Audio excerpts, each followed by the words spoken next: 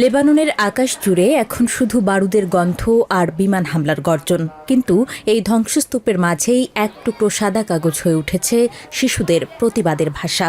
যুদ্ধের ভয়াবহতায় ঘরছাড়া এসব শিশুর শৈশব আজ আটকে গেছে স্কুলের অস্থায়ী শিবিরে, আর তাদের মনের গহীনে জমে থাকা ভয় আর আর্তনাদ রং তুলিতে বের করে আনতে কাজ করছেন শিল্পী আবেদ আল কাদেরি।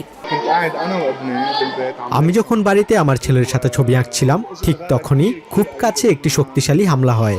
এক মুহূর্তের জন্য আমরা সবাই স্তব্ধ হয়ে গিয়েছিলাম। একজন বাবা হিসেবে তখনই আমি অনুভব করলাম লেবাননের অন্য হাজারো শিশুর ভেতর এখন কি আতঙ্ক কাজ করছে।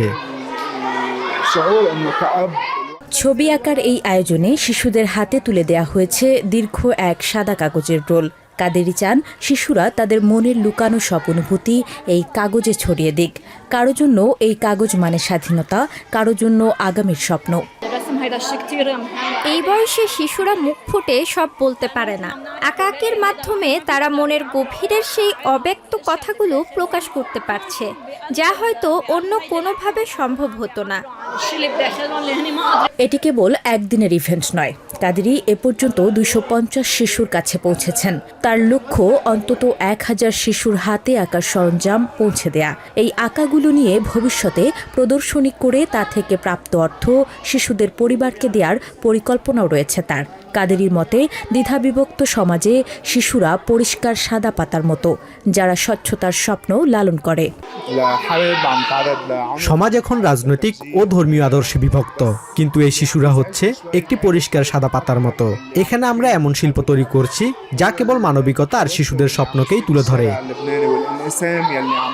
গত এক মাসে ইসরায়েলি হামলায় লেবাননে প্রাণ হারিয়েছে 1300-র বেশি মানুষ, বাস্তুচ্যুত দেশের 1/5 জনগোষ্ঠী। যুদ্ধের এই বিভীষিকা থেকে শিশুদের শৈশবকে রক্ষা করতেই কাদেরির এই ক্ষুদ্র কিন্তু অর্থবহ প্রয়াস। ধ্বংসের মাঝেও সৃষ্টির এই নেশা বলে দিচ্ছে, বুলেট হয়তো ঘর ভাঙতে পারে, কিন্তু এক পশলার রং আর কল্পনার ডানা কেড়ে নেওয়ার শক্তি কারো নেই। নূর নূপুর, TVN 24 নিউজ ডেস্ক।